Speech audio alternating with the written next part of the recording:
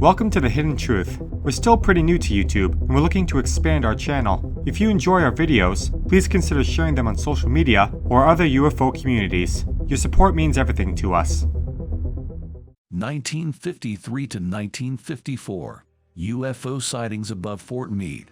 Here are a few examples of both military and pilot UFO sightings from the early 1950s. Sorry about the robot voice. For now, we are going to do a combination of some human narrator videos and some robot-voiced ones. Our long-term goal is to have 100% of our videos human narrator. We are looking for volunteers. Send us an email if you are interested.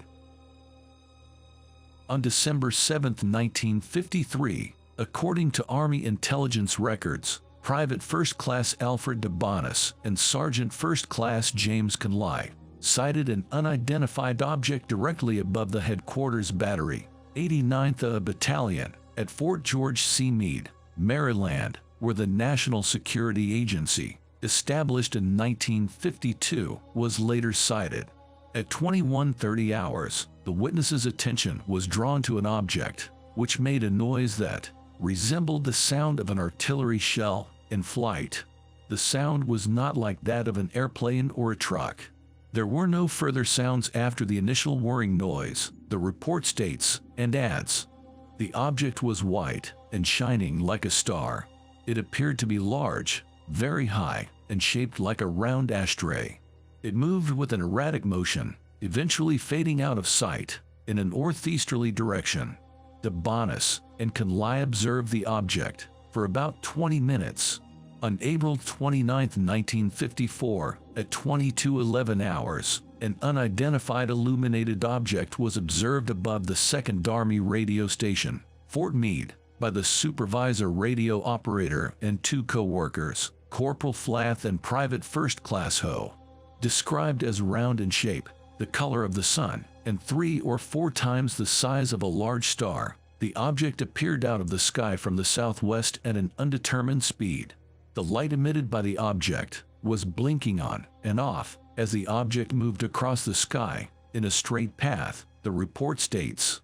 When it got above the 2nd Army radio station, it stopped blinking and started to disappear by going straight up and becoming smaller in size. The entire sighting lasted for 7 minutes. Eastern Air Defense Command, as well as Army intelligence, were notified.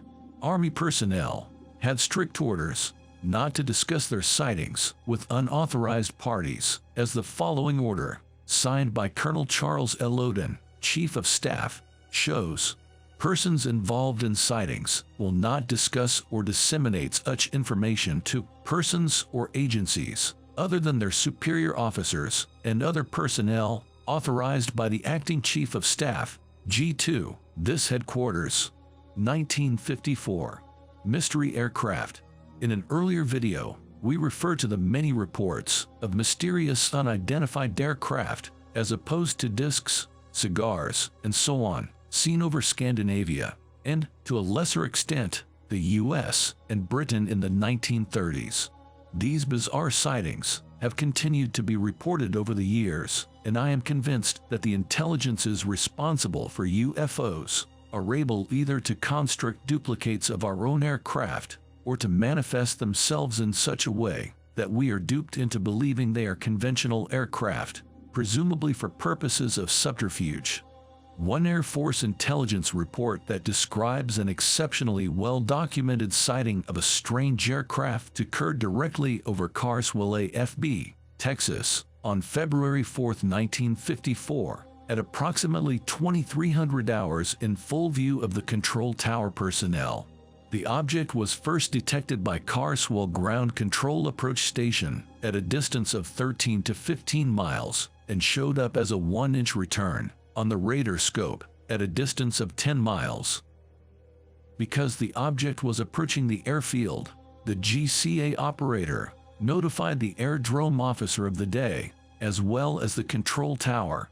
The object passed directly over the Carswell Tower at 3,000 to 4,000 feet, observed by all the tower personnel, and was described as having a long fuselage, elliptical wings, and a stabilizer, but with no visible means of propulsion.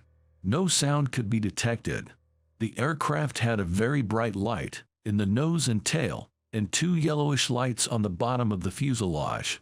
One observer thought he could see a light on each wingtip. The tower operator kept the object under surveillance with standard Air Force binoculars throughout the observation.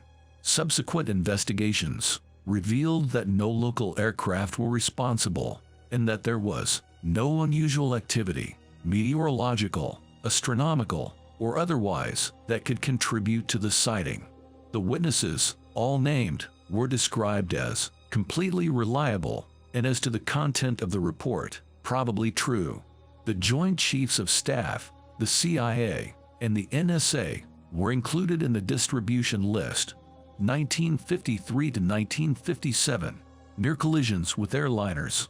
On October 19, 1953, at midnight, an American Airlines DC-6 en route to Washington, D.C., was buzzed by a UFO over Conowingo Dam, Maryland. The object appeared to be heading toward the airliner on a collision course, so Captain J.L. Kidd threw the plane into a dive as the UFO streaked overhead and disappeared. Several passengers were thrown into the aisle, and Captain Kidd radioed to Washington Airport for ambulances and doctors. The UFO was as large as the DC-6, the crew affirmed. Checks by civil aviation authorities showed that no other aircraft within a 100 miles radius were near the airliner. An even more serious incident took place on the night of April 14, 1954, when Captain J.M. Skidel of United Airlines Flight 193 was forced to make a sharp climbing turn in order to avoid colliding with an unknown object over Long Beach, California. One passenger was thrown to the floor, breaking a leg, and a stewardess fractured her ankle. It was in sight just 2 seconds and made no movement to avoid me, said Skidel. No other known aircraft were in the vicinity at the time. On March 9, 1957, the Civil Aeronautics Board received a flash message from Miami Air Traffic Control. Douglas 6 BAA Flight 257 to avoid unidentified flying object traveling east to west. Pilot took violent evasive action. Object appeared to have a brilliant greenish-white center with an outer ring, which reflected the glow from the center. Above description fits what 7 other flights saw. Miami reports no missile activity. Original reports of jet activity discounted. The airliner was piloted by Captain Matthew Van Winkle, and the sighting took place at 3:30 hours, 150 miles east of Jacksonville, Florida. Several passengers were injured, and the plane was met by ambulances at San Juan.